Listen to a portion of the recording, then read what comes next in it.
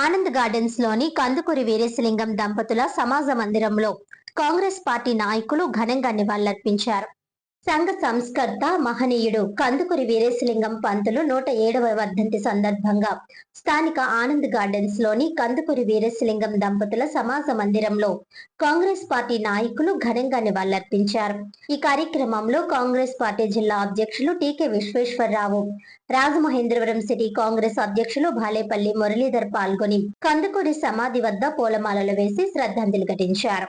ఈ సందర్భంగా బాలేపల్లి మురళీధర్ మాట్లాడుతూ కందుకూరి వీరేశలింగం సమాజంలో పేరుకుపోయిన మూఢనమ్మకాలపై తన రచనల ద్వారా ప్రజల్లో చైతన్యం నింపారని అన్నారు. మహిళా విద్యా అభివృద్ధికి విశేష కృషి చేసి వితంతు పునర్వివాహాలకు శ్రీకారం చుట్టి సమాజ సంస్కరణలో కీలక పాత్ర పోషించారని పేర్కొన్నారు. ఆయన ఆశయాలను నేటి తరాలు ఆదర్శంగా తీసుకోవాలని పిలుపునిచ్చారు. ఈ కార్యక్రమంలో కాంగ్రెస్ పార్టీ నాయకులు పాల్గొన్నారు. అతి కొద్ది మందిలో మన వీరేశలింగం పంతులు గారు ఆ రోజుల్లో స్త్రీ విద్యను, స్త్రీ పునర్వివాహాన్ని వ్యతిరేకించే మూఢనమ్మకాలు ముమ్మరంగా ఉన్న రోజుల్లో ఈయన స్త్రీలకు విద్య అవసరమని, అలాగే వారికి పునర్వివాహాలు కూడా చేసి తనదైన శైలిలో మహిళలకు అండగా నిలబడి తాను సంపాదించినటువంటి, అంటే ఆయన ఒక ప్రెస్ను కూడా రన్ చేశారు, అలాగే అనేక గ్రంథాలను రాశారు. దానిపైన వచ్చినటువంటి రాయల్టీనంతా కూడా స్త్రీ విద్యకు కానీ, లేదంటే స్త్రీలకు పునర్వివాహాలు చేయటం విషయంలో కానీ, లేదంటే సంఘానికి ఉపయోగపడే సేవా కార్యక్రమాల్లో కూడా ఆయన సొంత ఆస్తులను వెచ్చించారు. ముఖ్యంగా ఇవాళ వీటి విద్యా సంస్థలు ఈ స్థాయిలో వర్ధిల్లుతున్నాయంటే ఆయన గొప్పతనంగానే చెప్పవచ్చు. ఇవాళ వేలాది కోట్ల రూపాయలు విలువైనటువంటి ఆస్తులు ఇవన్నీ కూడా. నేను ఈ సందర్భంగా చెప్పేది ఏంటంటే,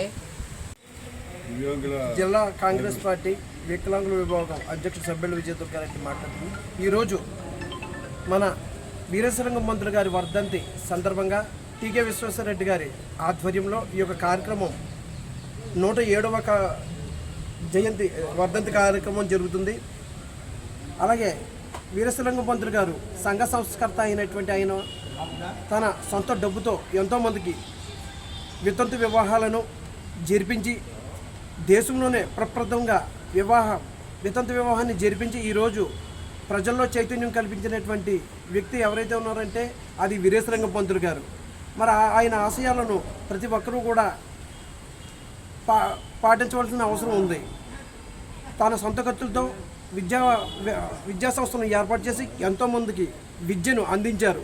కులాలకు అతీతంగా, మతాలకు అతీతంగా ఈరోజు రాజమండ్రిలోనే దాదాపుగా 3,50,000 మంది చదివి ఉన్నారంటే మనం అర్థం చేసుకోవచ్చు. మరి ఆ చదువుతో ఈరోజు ఐఏఎస్లు, ఐపీఎస్లు, రాజకీయ నాయకులు, ఇతర వ్యాపారవేత్తలు ఎంతోమంది ఇక్కడ తయారై ఉన్నారు. మరి ఇదంతా కూడా చలవ మన వీరేశలింగం పంతులు గారు. మరి ఆయన ఆశయాలను ప్రతి ఒక్కరు కూడా పెనవేసుకోవాలి.